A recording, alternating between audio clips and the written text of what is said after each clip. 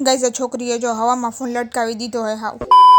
જય માતાજી મહાદેવ મિત્રો, welcome back to mister and missus વાલામીની વ્લોગ. ગાઈઝ આજે તો આપણે મંદિર જતા હતા ને ત્યારે વ્લોગ ચાલુ કર્યો અને આપણે ફાઇનલી ગાઈઝ આપણે મંદિરે પહોંચી ગયા હતા. ગાઈઝ મોટી અને નીતિન જતા હતા ગામડે, આપણે એમને બે કરી દીધું હતું. ગાઈઝ હું ને પૂજા જતા હતા માર્કેટમાં, કારણ કે પૂજા એને એક રીલ્સ જોઈ હતી એડ્રેસની, તો અમે એ જગ્યાએ એડ્રેસ લેવા જતા હતા. તડકો તો એટલો હતો ને કે વાત જ ન પૂછો, કોક માણા આવી ગરમીમાં બિચારું મરી જાય. ગાઈઝ અમારી તો સાઈઝ જ ન મળી, પછી અમે યશ્મિતા માટે લેવાનું વિચાર્યું, તો ગાઈઝ એને કાપડ બહુ આછો હતો, પછી અમે એના હાટ પણ ન લીધું. ગાઈઝ હું ને પૂજા આવી ગયા હતા બીજી જગ્યાએ કપડા જોવા માટે. આ છોકરીને લિફ્ટમાં એકવાર ઉપર ચડાવી દીધો, એકવાર પાછો નીચે ઉતરવાના વાત ગાંડા કાઢતી. હું ને પૂજા કપડા જોવાનું ચાલુ કરી દીધું કે આમાંથી કંઈક ગમે. કઝા હે ને ફ્રોક જેવું હતા, મને બહુ ગમ્યું, પણ મારી સાઈઝ જ નથી. તો ટ્રિપલ એક્સેલ તો હું કેવી લાગે. અમે ઘરે જતા હતા ને તો પૂછા કે હાલ મારે સ્ટુડિયોમાં જવું છે, મારે કેટલી બધી વસ્તુ લેવી, કેટલા બધા સેક્શન, તો પણ આ પરફ્યુમમાં જ કન્ફ્યુઝ હતું ને પરફ્યુમ જ લેવું. એટલા પરફ્યુમ એને એની પાસે ગઈશ કે વાત જ ન પૂછો. પણ ગાઈઝ અને મારી ધડ કરીને બે પરફ્યુમ તો લઈ જ લીધી. પછી બધી કોસ્મેટિકની વસ્તુ જોવા વયા ગયા હતા. રસ્તામાંથી શેરડીનો રસ લઈને આપણે નીકળી ગયા હતા ઘરે. આવી ત્યારની પરફ્યુમ જ શું ગાંડી થઈ જાય. ફોનને હવામાં લટકાવી દીધું હતું, કેમ કે એમાં ચાર્જ નહોતો, એને ચાર્જમાં રાખીને પણ એને સિરીઝ તો જોઈ જતી. પછી એને એવી રીતના પણ સિરીઝ તો પૂરી કરી. પછી ગાઈઝ આપણે આવી ગયા હતા ગાસી ઉપર વોઇસ રેકોર્ડ કરવા માટે. ગાઈઝ વોઇસ રેકોર્ડ તો કરો, પણ શું કરીએ, આપણું માઇક તો રહી ગયું હતું યશ્મિતાબેનના બેગમાં.